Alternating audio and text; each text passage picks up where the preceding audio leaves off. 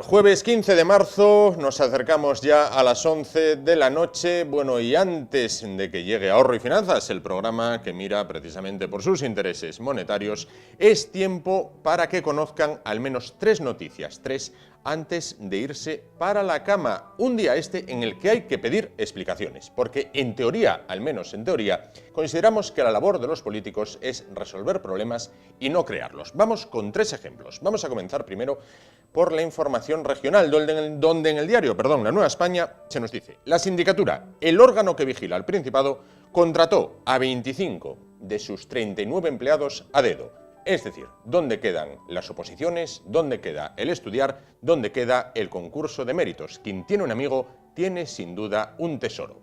A nivel nacional, el Congreso rechaza endurecer la prisión permanente revisable. Explícaselo ahora al padre Mariluz, explícaselo al padre Diana Quer, explícaselo al padre del niño Gabriel. Explíquenselo. Y por otra parte, non internacional, aunque puede que la idea sea que se aproxime, el decreto del catalán fulmina a la única neuropediatra de Ibiza. ¿Que el chiquillo se te pone malo? Pues aprende catalán, que no va a haber médico que lo trate. ¿Por qué? No lo sabemos. El programa ya comienza.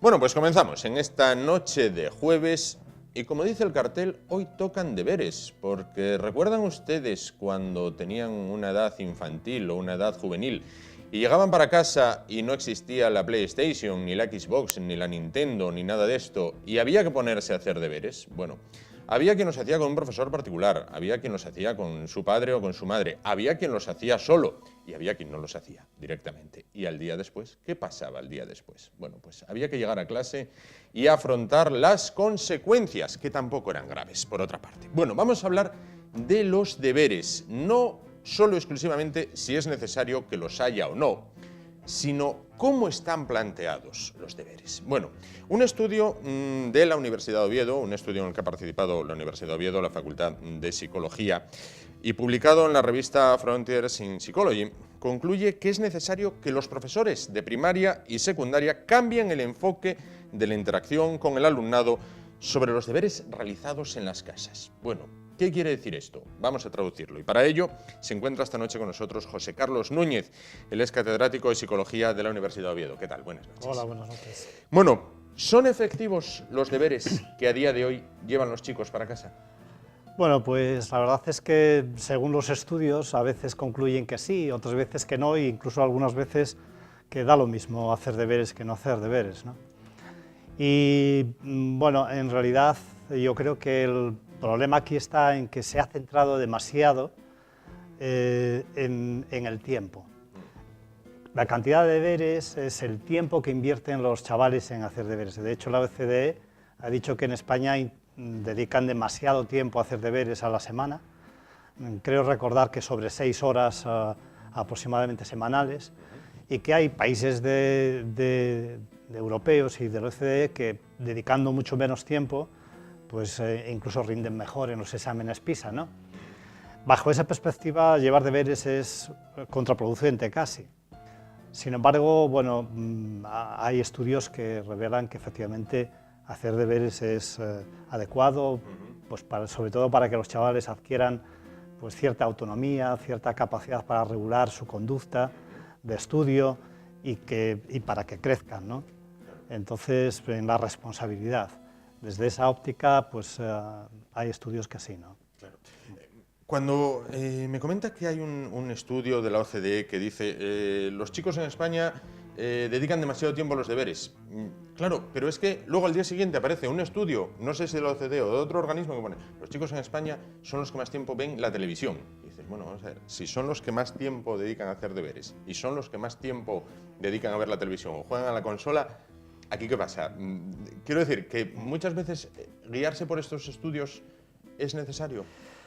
Bueno, a ver, guiarnos tenemos que guiar por los estudios que se hacen porque, lógicamente, es el instrumento que tenemos para regularnos, ¿no? De todos modos, evidentemente, hay que, digamos, hacer un análisis exhaustivo de cuáles son sus características, ¿no? Estudios actuales lo que nos dicen es que quizás el problema no está en el tiempo que dedican, sino en cómo gestionan los chavales el tiempo, ¿no? Sí. A la hora de hacer los deberes. Ahí entonces la variable fundamental es cómo los chavales, digamos, dedicando más tiempo, sí, es porque lo gestionan peor que otros que gestionándolo mejor dedican mucho menos tiempo, ¿no? Entiendo que es como un sistema en potencia de lo que pasa en muchos trabajos, donde la cultura en España es de un trabajo presencial, donde tienes que estar muchas horas, cuando lo mejor en menos tiempo lo hubieras resuelto, te vas a casa y concilias la vida laboral y familiar. Pero aquí todavía prima lo de, en España digo, no en esta casa, gracias a Dios, todavía prima lo de cuantas más horas eches mejor, ¿no? Sí, pero quizás ese no es el enfoque. El enfoque es, lo que debemos hacer es enseñar a nuestros chavales, a nuestros alumnos, a nuestros hijos, a gestionar mejor el tiempo que tienen, pues focalizándose mejor en la tarea que tienen que hacer, planificando mejor su tiempo, las otras tareas que tienen que hacer, porque a veces los padres dicen es que mi hijo no tiene tiempo a hacer otras tareas o actividades extraescolares y son necesarias, y tienes razón, claro que otras tareas extraescolares son necesarias. Probablemente el problema es que su hijo a lo mejor pues, no gestiona muy bien el tiempo que tiene que dedicar a hacer deberes. Y a lo mejor también en los centros educativos a veces se envían demasiados deberes, ¿no? para casa. ¿Qué deberes son los del maestro o profesor? Es decir, ¿qué debe hacer el maestro o profesor cuando pone los deberes, además de comprobar al día siguiente que se han hecho? Sí, en este estudio al que usted se refería aquí, pues es un estudio que hemos hecho con profesores portugueses, pero, en fin, los resultados son transferibles, sí, totalmente. Y entonces hemos trabajado con 50 profesores, casi 50 profesores de final de primaria y secundaria, y entonces ahí una de las cosas que queríamos ver con ellos, porque lo hicimos en grupos de discusión, sí, era qué hacen ellos cuando al día siguiente los chavales traen los deberes hechos, ¿no? Entonces una gran mayoría de los profesores dice que fundamentalmente lo que hacían era comprobar si los alumnos si traían hechos los deberes. Sí. Bueno, y no una mayoría, sino más bien una minoría, pues también apuntaban que a menudo lo que hacían era pues intentar ver si algún alumno tenía dificultad, pues en el encerado o oralmente intentar pues explicarlo, resolverlo, bueno, que los alumnos comprendieran esa dificultad. Y esto realmente es un problema porque los deberes, la tarea que tú le envías al alumno, para que él lo haga, digamos, él solo, individualmente, es como la prueba del algodón. Es para que el propio alumno vea qué es lo que no entiende y al día siguiente pueda preguntar, mira, profesor, yo esto no lo entiendo o me cuesta comprender este paso de esta tarea que has puesto, y para el propio profesor para poder tener, digamos, una retroalimentación, una información de las dificultades que tienen mis alumnos y, por tanto, poder ayudarles. El problema es que si simplemente yo compruebo si lo han hecho o no, pues no sé nada de mis alumnos, solo sé que lo traen hecho. Pero eso es una condición necesaria, pero para nada suficiente. El alumno puede traerlo hecho él o habérselo hecho un colega. De hecho, hemos visto, por ejemplo, que hay grupos de WhatsApp de padres y madres que oye, por favor, mi hijo no ha podido terminar sus tareas, pásame, o mismo nosotros los padres se los hacemos. Mira, es que tiene que dormir, entonces nada, te lo hago yo. Como soy profesor de matemáticas o tal, pues te lo hago yo. O si te da un poco de pudor hacérselo tú, se lo dices. Mira, enfócalo así, hazlo por aquí, no, es que ya le has dado muchas vueltas, hazlo así. En definitiva, el alumno lo lleva hecho y el profesor, en definitiva, tampoco sabe cómo se cocinó. Eso es. Efectivamente. ¿Qué es lo que el alumno ha aprovechado digamos, de esa tarea? Claro. A veces nada, porque incluso a veces les enviamos a tarea a clases particulares para que los hagan los profesores particulares. O sea, esto no tiene ningún sentido. Claro. ¿Deben ayudar los padres? ¿Es positivo que los padres ayuden a los hijos a realizar las tareas? Bueno, pues esta es una muy buena pregunta. Realmente lo que no deben hacer los padres es hacerle los deberes a los hijos, Lo que decíamos. ni enviarles a ningún sitio para que le hagan los deberes o que les digan cómo se hacen esos deberes. Digamos que cuando el profesor pone una tarea para casa es para que el alumno compruebe qué es lo que no entiende y pueda preguntar al día siguiente en clase y puedan, digamos, avanzar en esto. Entonces, si el alumno no hace él los deberes, no tiene sentido. Por lo tanto, padres, no le hagáis los deberes a los hijos, aunque los lleven sin hacer. Si los llevan sin hacer es porque no han sabido hacerlos. Vosotros lo que tenéis que hacer como padres, o nosotros lo que debemos hacer como padres es intentar estar ahí con nuestros hijos para que ellos intenten hacer los deberes. Y si necesitan pues ayuda, pues se la prestaremos, pero no haciéndole los deberes. Esto es lo que nunca debemos hacer. Vamos un poco al proverbio chino de no le des un pez, enséñale a pescar. Claro. En este caso. Efectivamente, sí, claro. sí. Bueno, no obstante, aluden en el estudio, un poco a que el profesor, pues esté pendiente, ya sea de primaria o de secundaria. Más pendientes, creo, están en primaria que en secundaria. Ya también son más mayorinos los chicos. Pero que se esté ahí, un poquito mimando al alumno a la hora de realizar la tarea. ¿Esto no es un poco también descargarles de una responsabilidad? Decir, vamos a ver, igual que la tarea del padre es levantarse por la mañana, ir a trabajar, y la de la madre idénticamente que la del padre, la tarea del alumno no es, oye, ¿qué te han mandado? 5 problemas de matemáticas. Bien, hay que hacerlos. Podemos pintarlo del color que quieras, pero hay que hacerlos. Sí, esto es, digamos, también algo que se suele decir por ahí, ¿no? Ya son mayores, pues tienen que ellos saber gestionar su vida un poco autónomamente, ¿no?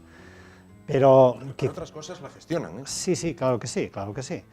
Es que en realidad, en definitiva, no se trataría tanto de mimarles en ese sentido, sino que lo que vemos en nuestro estudio es que los profesores, a medida que van avanzando los chavales, de primaria hasta finales de secundaria, cada vez dan menos, digamos, feedback. En este sentido, feedback sería, digamos, información al alumno de qué es lo que no hace bien, qué es, qué necesita mejorar, qué tiene que hacer para mejorar, ¿no?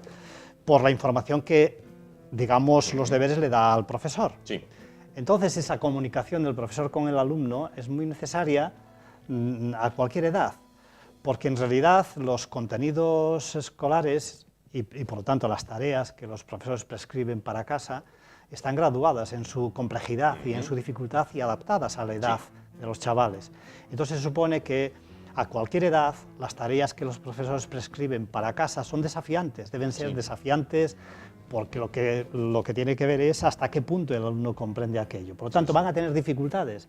Los chavales deben tener dificultades y van a tener dificultades para realizar las tareas escolares a cualquier edad. Por lo tanto, es un error pensar que los chicos, porque ya son un poco más mayores, no necesitan que yo, digamos, les siga en ese sentido. Si yo soy un buen profesor, necesito saber en qué punto están mis alumnos, hasta qué punto comprenden las cosas, para yo prepararme para poder ayudarles a que puedan avanzar mañana. Claro. Entonces, digamos que en ese sentido la interacción con el alumno es necesaria.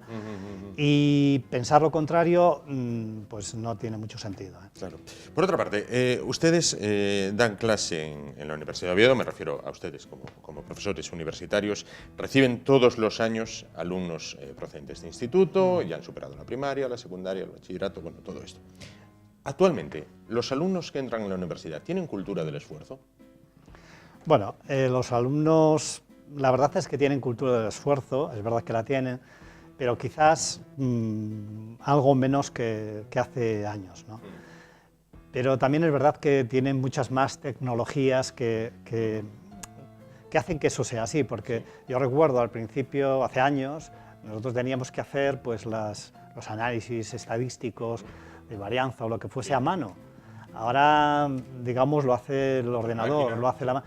Entonces, digamos que en realidad ha cambiado muchísimo la cultura y las herramientas, y por lo tanto también pues la cultura del esfuerzo también debemos entenderlo de otro modo. Pero es verdad que quizás ahora pues las personas vivimos en un mundo en donde, digamos, se valora algo menos o menos el esfuerzo, ¿no? Claro. Conseguir las cosas con esfuerzo, ¿no? Yo pienso que la inmediatez es más lo que pedimos hoy. Está más en boga, ¿no? Quizás sí, la inmediatez sí. Las generaciones que vienen cada vez quieren las cosas más y más rápido. Sí, y permítame que una cuestión que quería comentar, y es que en relación a esto del esfuerzo, yo creo que tal como estamos presentando el asunto casi estamos dando la impresión de que el profesor no se esfuerza. No. Y no es verdad. Es decir, yo creo que el problema es que el profesor, por nuestra interacción con ellos, el profesor se esfuerza y se esfuerza mucho, y de hecho para él tampoco es muy cómodo poner deberes, más bien sería no ponerlos. Sí. Entonces yo creo que el problema, pienso yo, es que lo que tendríamos es que repensar a nivel de Estado el currículum.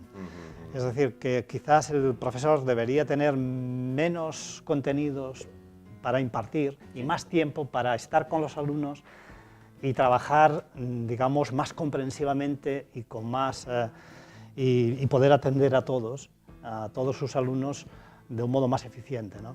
Por lo tanto, pienso yo que debería el Estado o los gobiernos repensar un poco el modelo educativo, la oferta quizás, curricular que tenemos, porque en realidad, si lo pensamos bien, nuestro deber es formar a estos chicos en que sean capaces de poder ellos conseguir la información por sí mismos, porque lo que hoy les enseñamos en unos años se queda obsoleto, es decir, no tiene otra. Entonces, claro, por lo tanto, digamos, en sí la información como tal no tiene, digamos, demasiado valor como algo para que permanezca en nuestra memoria, no convertirlos en sino como de un datos. Instrumento, que el hecho de poder trabajar esos contenidos pues le den la oportunidad al alumno y al profesor de poder trabajar sus competencias, ¿no? Y hacer una persona autónoma, capaz de regular su conducta y de afrontar las tareas, las que sean, en el futuro de un modo eficiente, ¿no? En un segundo busca información. Hoy en día Internet lo trae todo, sí. Sin duda. Para finalizar, próximos trabajos al corto, medio, largo plazo. Pues estamos terminando de escribir un manuscrito en el que lo que abordamos es el tema, es decir, la relación que hay entre la percepción que el alumno tiene de los deberes que le ponen los profesores, la implicación del alumno y la implicación para su rendimiento. Y te adelanto, los resultados que vemos es que si el alumno no percibe que los deberes que el profesor le pone le sirven para algo, o sea, para mejorar en esto en concreto o en aquello, pues en realidad la relación con el rendimiento es cero. Claro. Es decir, pueden hacer todos los deberes que quieran, pero si los alumnos no entienden ¿para qué les puede servir? ¿Para qué? O sea, cómo es hacer esas tareas, va a ayudarles a comprender mejor aquello. Pues ellos no se implican de un modo activo, comprensivo. Y con ganas, y que, eso es, y que efectivamente después, obviamente, ocurre lo que hemos visto en este estudio, que los profesores perciben que poner deberes al final no ayuda mucho. Pues José Carlos Núñez, catedrático de Psicología de la Universidad de Oviedo, muchísimas gracias por desmenuzarnos el estudio que han realizado. A vosotros. Gracias. Nos vamos a publicidad y antes les ponemos deberes. Dentro de un momentín, quédense ahí porque volvemos. Hasta ahora. ¿Listo?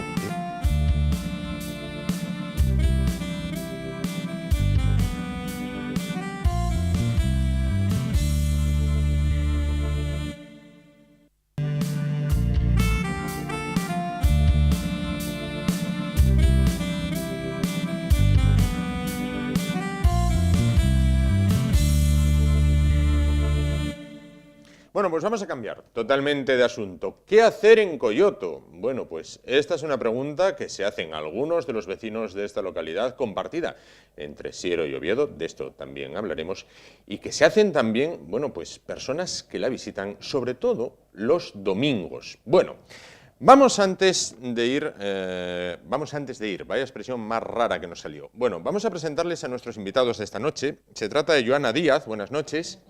Junto a ella Aurelio López, ¿qué tal? Buenas noches. Buenas noches. Bueno, pues antes de comenzar con la entrevista con ellos, vamos a retrotraernos prácticamente un año en el tiempo. Un año en el que en esta casa sonaba esto. Coyotito, este pueblo siempre fue muy tranquilito y todos los días ahora hay un delito. Quiero paz social y ay por Dios bendito. Coyotito, en mi pueblo siempre se estuvo a gustito para ir al parque con el abuelito o salir de fiesta con alguna... Bueno, podía gustar o no gustar, pero en la cabeza se quedaba. Pegadiza sí que era. Fueron dos de los autores intelectuales de Coyotito, así es, ¿no? Bien.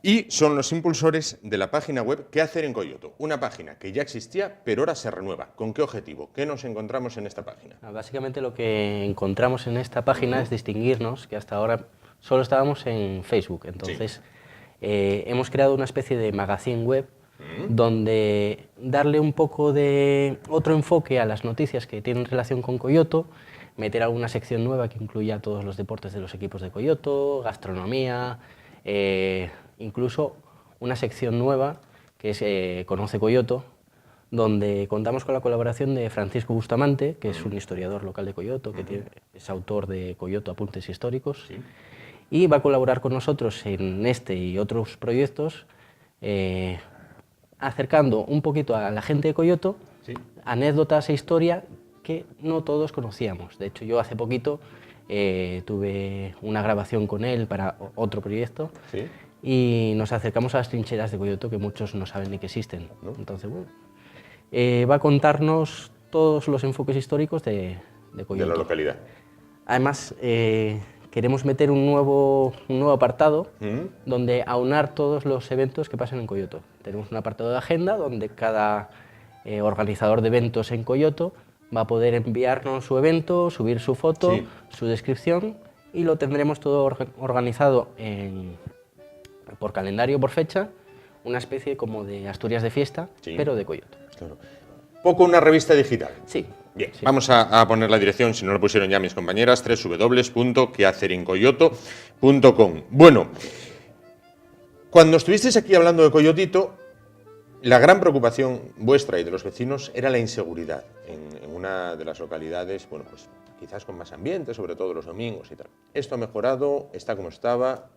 ¿Qué termómetro le ponemos a esto? A ver, desde la última vez que estuvimos, sí es cierto que gracias también a unas mesas de trabajo con varios organismos del Ayuntamiento de Oviedo, pues sí es verdad que pusieron más presencia policial y sí es verdad que estamos más tranquilos. La verdad que ahora mismo estamos tranquilos. Va mejorando. Sí, hay menos presencia ya, pues porque ya estamos más tranquilos, pero sí. Sí es verdad que tengo que decir que van a implementar ahora otra vez el tema de los serenos y van a poner unos cuantos en algunas zonas de Oviedo y a Coyoto no nos toca de momento, y entonces ahí sí que nos ha dolido un poquito. Que después de llevar todo este tema de la inseguridad, pues que vale que un sereno no es un agente de seguridad, pero bueno, ayuda a que pudiéramos estar más tranquilos. Claro. Bueno, ¿cómo se lleva lo de ser la mitad de Oviedo y la mitad de Siero? Bueno, pues hay algunos puntos que le haces la petición al Ayuntamiento de Oviedo y te dicen, no, es de Siero. Haces a la de Siero y no, es de Oviedo. Entonces tienes que coger el mapa y mirar tú antes de saber para pedir. O sea que hay un poquito de tú por mí y la casa sin barrera, en este caso, claro. Hay mucha gente, no sé si ocurre en Coyoto, pero hay mucha gente que ve la frontera en las farolas. Dice, no, donde acaban las farolas de muchos brazos, acaba Oviedo. Ahora que las van a cambiar, la frontera quedará más difusa, entiendo, ¿no? No solo la frontera, también te encuentras lo que son las aceras, lo que es el pavimento, encuentras diferencias. En un lado están más cuidados pequeños detalles, en otro lado otros detalles están un poco descuidados, pues asfaltan muy de vez en cuando, solo cuando ya el socavón ya te mete el coche hasta abajo. El aparcamiento, ahora que citas los coches, ¿es el gran problema de Coyoto, sobre todo los domingos por la mañana o días en los que hay alguna actividad que bueno, pues, congrega mucha gente? Sí, es uno de los problemas en Coyoto. La verdad que tanto la parte de arriba, que es de la zona más de bares y todo, como la de abajo si quieres ir a comprar o quieres ir al polideportivo, que los sábados no hay quien aparque por ahí. La verdad que estamos muy limitados en el tema de aparcamientos. Los tenemos pedidos, pero es que también hay diferentes organismos, diferentes... Claro. Por ahora tampoco hay... No hay traslado de la petición de aparcamiento, no nos dicen nada, ¿no? No, está pedido, pero bueno, habrá que seguir luchando por ello. Claro. Bueno, ¿Coyoto es más que los domingos por la mañana? Hay mucho más. Sí. Hay mucho más. Por ejemplo, vamos a responderme la pregunta. ¿Qué hacer en Coyoto? Vamos a dejar el .com para luego. ¿Qué hacer en Coyoto? Bueno, este sábado 24, lo tengo que decir, Venga. Estamos con la organización de Oviedo Vive Sus Plazas. Nos ha unido a unos cuantos colectivos de Coyoto y estamos haciendo la fiesta de la primavera. Sí. Va a haber grupos musicales, o sea, música en directo, va a haber food trucks, va a haber talleres gratuitos para niños, cuentacuentos, va a haber un taller con animales, que va a venir una protectora también, pintacaras, juegos, bueno, va a haber de todo. O sea, que invito a todos a venir a Coyoto, a que vayan hasta Coyoto desde las 11 de la mañana hasta las 12 de la noche. Claro. Ahí estaremos. Además de la fiesta de la primavera. Nada, los locales se están moviendo mucho, se están volcando mucho por crear Hostelería. ambiente en Coyoto, sí. No es raro que cada fin de semana o cada 2 fines de semana encuentres un concierto de música en directo en Coyoto. Y luego también tienes para todos los gustos, tienes desde sidrerías que organizan sus eventos, Sí. Tienes la típica sidrería, el típico merendero y luego tienes, bueno, nada, yo lo descubrí no hace mucho, realmente creo que llevan desde el año pasado, una cervecería, una fábrica de cerveza propia, que, bueno, Claro, que también merece la pena. simula la Águila Negra, lo que pasa que a otra escala más artesanal y la verdad que está teniendo muy buen auge y tiene ya música ya más rockera, Claro. tienes distintos tipos. Lo citas ahora, el edificio del Águila Negra. Hace ya. Poner ese edificio a funcionar, rehabilitarlo, echarlo a andar, en una palabra, ¿sería un impulso para la localidad como puede ser, y no es descabellado, el paralelismo, un Calatrava para Oviedo o una feria para Gijón? Sin duda, respondo yo. Sí, dale, Vale. dale.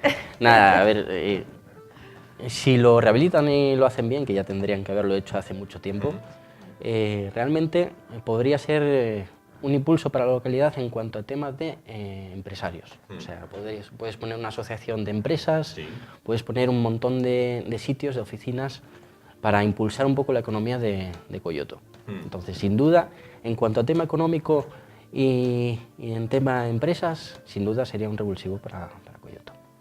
Bueno, Coyoto, lo venimos señalando a lo largo de la entrevista, bueno, está de moda, los problemas para aparcar ahí los tenéis, son claros. Sin embargo, otras localidades asturianas han pasado por lo mismo. Por ejemplo, cuando mis padres eran jóvenes, creo que Grao era lo máximo.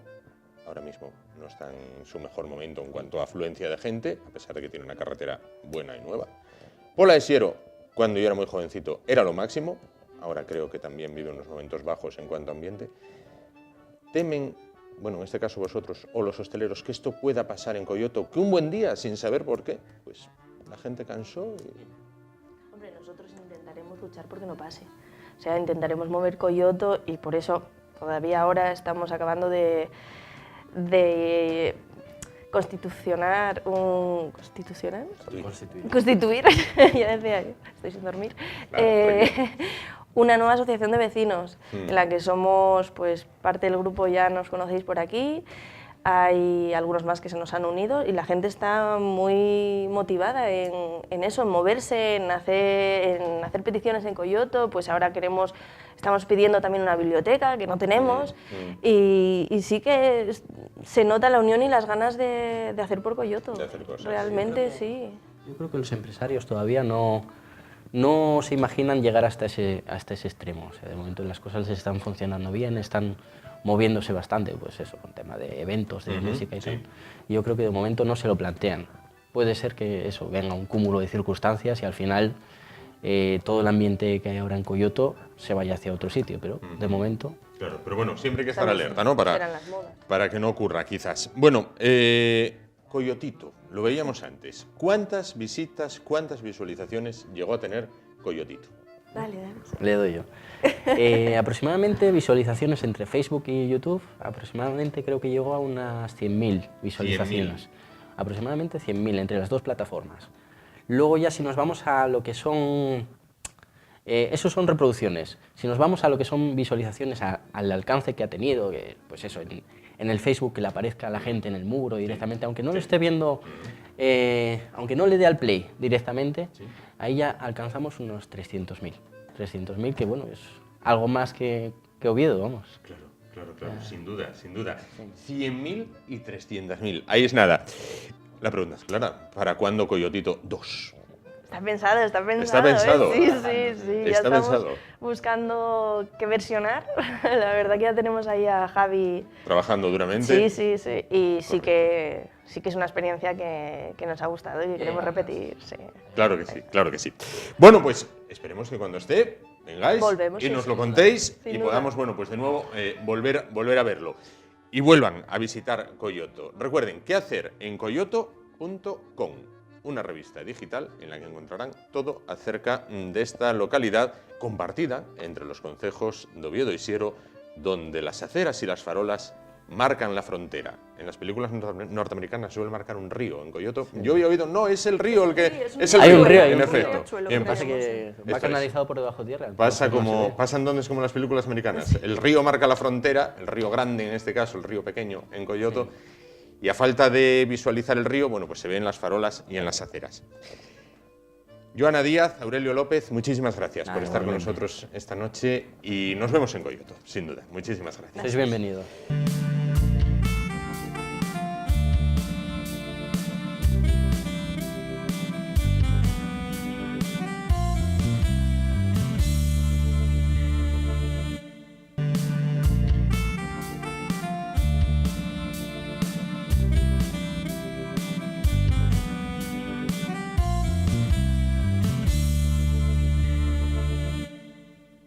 Y como todos los jueves a esta noche, cuando nos acercamos a las 11, llega el momento de hablar con el Padre Elías.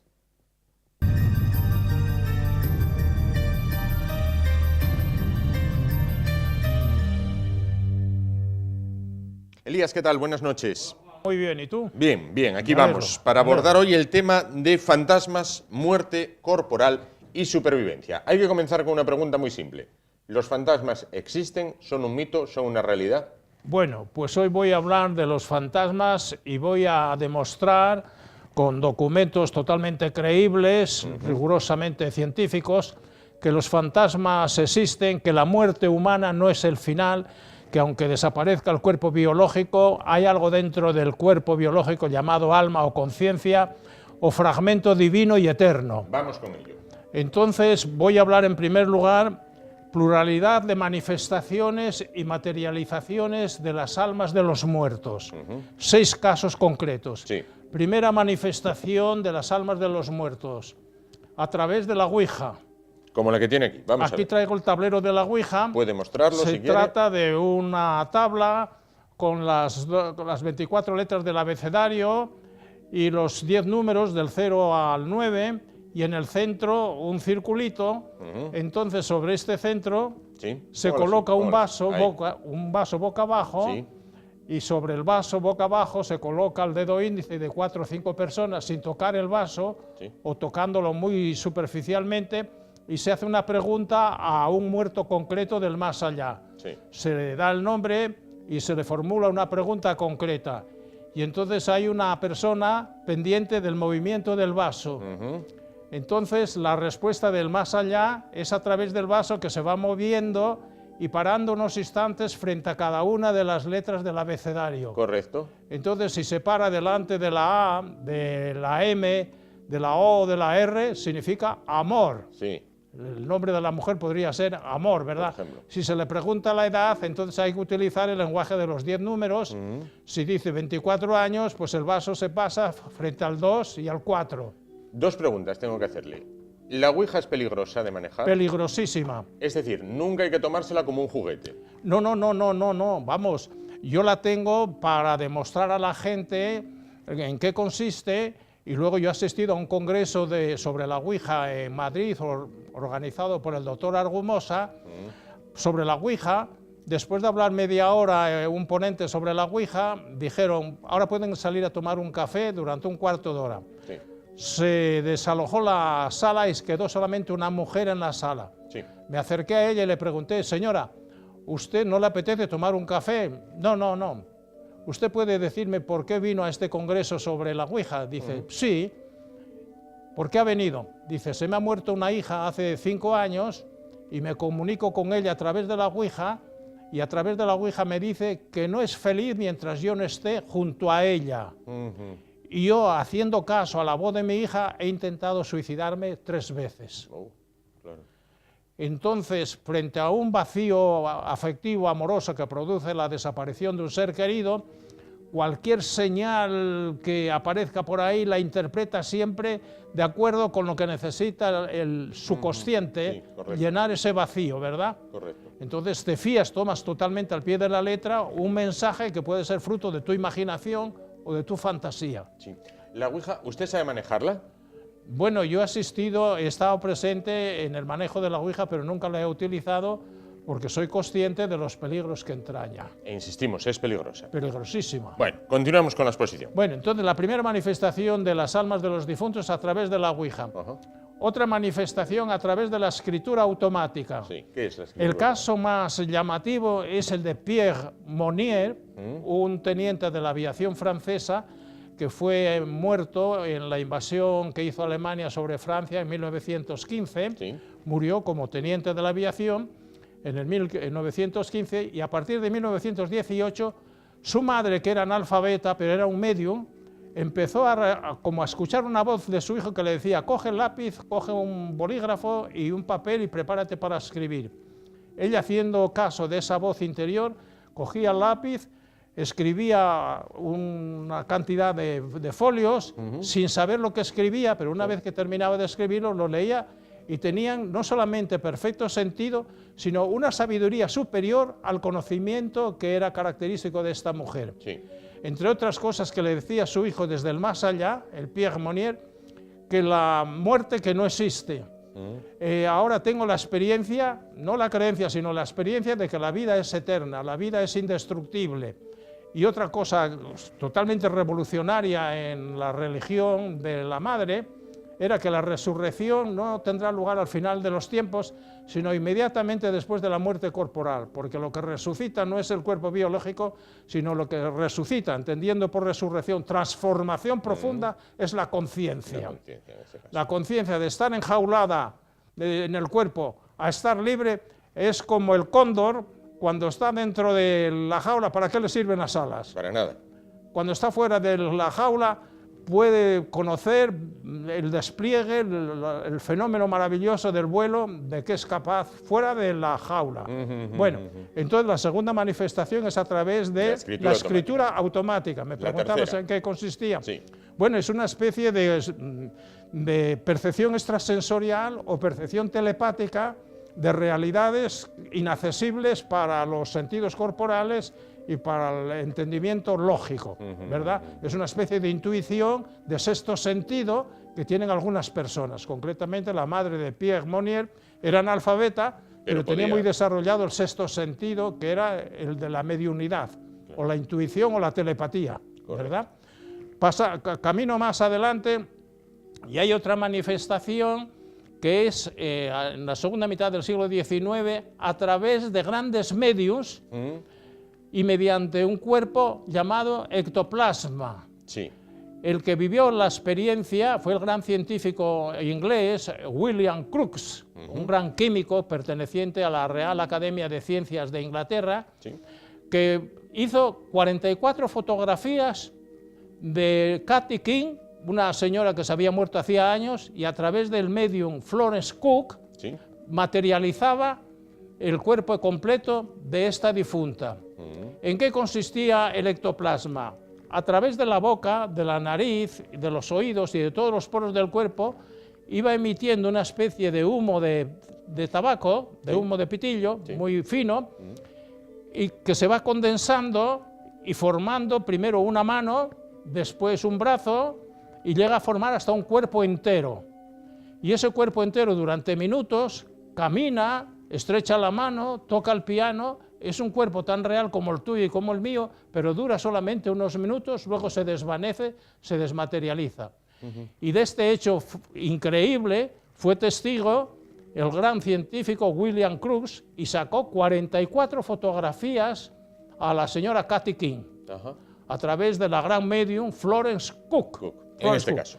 Seguimos avanzando, cuarta manifestación, a través de un cuerpo de carne y hueso que dura unos minutos y actúa en primer lugar como actúas tú o como actúo yo, y el caso más científicamente más creíble y más documentado es el libro sobre las damas blancas que hacen autostop en las carreteras francesas. Del que hemos hablado ya en alguna Ya he ocasión. traído el libro. Sí. Entonces, durante 20 años se han estudiado manifestaciones, hay 400 casos perfectamente documentados. En una carretera aparece una señora vestida de blanco, hace autostop a un camión, a un taxi. ¿Qué quiere usted? ¿Me puede llevar a tal sitio? Sí. Suba y acomódese en el coche. Se sube al coche, claro, primero tiene que parar el coche y abrir la puerta para que entre. Sí. Una vez que está dentro del coche, el conductor por el espejo retrovisor va observando el rostro de esa señora. Ve cómo va peinada, la edad que tiene, el traje, etc. Cuando llegan a una curva, esa señora que iba callada dice: por favor, desacelere, que es una curva peligrosa. Si lo sabré yo, que paso por aquí 50 veces al día. Sí. Pasan la curva, el conductor mira al espejo retrovisor y la chica ha desaparecido del coche cuando iba a 40 kilómetros de velocidad, y con las puertas cerradas. Sí. Para repentinamente el coche, cree que se ha caído a la carretera, no hay nada en la carretera, entonces desconcertado acude a la primera gendarmería, deja noticia, dice: ¿cómo era esa chica? Pues da unas señales, van al archivo y trae 3 fotografías, dice: esta. ¿Sabe usted lo que le ha pasado?, le pregunta el gendarme. No, que hace 5 años tuvo un accidente de coche y se murió. En esa curva. En esa curva. Claro. Nosotros recogimos los enseres que llevaba, la familia no vino a recogerlos, y esa es la misma que usted ha recogido en el coche. Llevaba 5 años muerto y de repente desaparece en cuerpo de carne y hueso lo mismo que tenía antes de morirse. Y seguimos avanzando, una quinta aparición, las actuales psicofonías, voces de los muertos grabadas en magnetofones. Sí. Y finalmente, otra aparición de muertos, que es el fundamento del cristianismo, las apariciones de Jesús crucificado y muerto, y resucitado y apareciéndose a sus discípulos durante 40 días. Sí. Hasta tal punto dejó evidencia de su resurrección y de su triunfo sobre la muerte, que el cristianismo adquirió un volumen en extensión y en santidad, fue una nueva civilización humana, ¿verdad? Y de este tema de la resurrección cristiana, porque ahora que está cerca la Pascua, va a ser el primer domingo de abril, ¿verdad?, la Pascua, la próxima charla la voy a dedicar a la resurrección. Bien. A hechos, concretamente hechos que pueden ser interpretados de otra forma, pero como hechos son totalmente ciertos y evidentes, incuestionables. Correcto. Y ahora pasamos a 2 casos de fantasmas en Escocia y fantasmas en Norteamérica. En estos 2 libros se tratan, ¿verdad? Entonces, fantasmas en Escocia. Escocia, país de fantasmas. Sí. Manifestaciones fantasmales. Siluetas, sombras de personas, sombras, siluetas humanas, llantos, gemidos, desplazamiento y desaparición de objetos, y muebles que pesan varios kilos y levitan, se ponen flotando a una altura del suelo hasta de 1 metro. Sí. Los fenómenos de poltergeist. Sí. Bueno, ha sido fotografiado el fantasma de la reina Stuart Mill, la reina Stuart, que fue asesinada, ¿verdad? Fue fotografiado su fantasma. En Escocia se creó en el 1882 la Asociación para la Investigación Científica de Fenómenos Psíquicos Paranormales, en inglés SPR, Society for Psychical Research.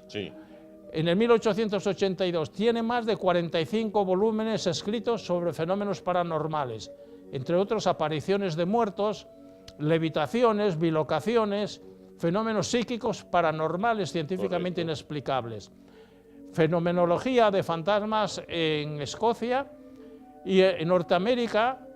En el 1885 se creó la misma Sociedad para Investigación Científica de los Fenómenos Paranormales, y hay dos casos, por ejemplo, llamativos. En Estados Unidos se inició el espiritismo científico con las hermanas Fox. Sí. Describo en qué consistió esta aparición de fantasmas. Durante muchas semanas, estas hermanas sentían en la habitación donde estaban durmiendo cantidad de golpes muy fuertes en las paredes y en el techo. Sí. Al cabo de unas semanas preguntaron, bueno, ¿quién es el que está produciendo estos hechos? Y percibieron la voz del auténtico autor de aquellos hechos. Se trataba de un vendedor ambulante que se había hospedado en aquella casa en 1832, y el dueño de la casa, para robarlo, lo asesinó y lo enterró en el subsuelo a metro y medio de profundidad.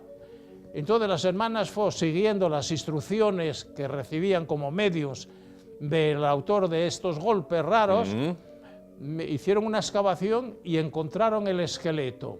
Analizando el esqueleto, se cumplía todo lo que les había dicho la voz del esqueleto, de que era un vendedor que había sido asesinado para robarle el dinero que llevaba. Bueno, entonces se comprobó que realmente la muerte no es el final. Claro. Entonces, este espiritismo científico que empezó en Estados Unidos con las hermanas Fox, luego se trasladó enseguida a Francia con Allan Kardec, que tiene varios libros sobre medios y sobre los espíritus desencarnados. Bueno, entonces, el fenómeno de los fantasmas se inició científicamente en Estados Unidos, luego se propagó por toda Europa, y hoy está siendo noticia hasta en Televisión Es Asturias. Efectivamente.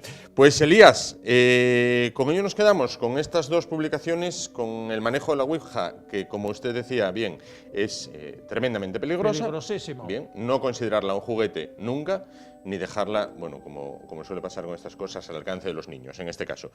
Elías, gracias por estar con nosotros gracias esta noche, a ti. y la próxima semana volvemos a hablar de estos temas. Pues eso, a ver si creamos la cultura de la esperanza y quitamos o disminuimos el miedo a la muerte y al más allá. Esperemos que así sea. Nos vamos por esta semana, nos vamos también por hoy. Recuerden que el martes volveremos con de nuevo temas que esperamos sean de su interés. Si van a salir a la carretera el fin de semana, precaución. Nos vemos, será el martes a partir de las 10. Hasta entonces, gracias por su atención. Buenas noches.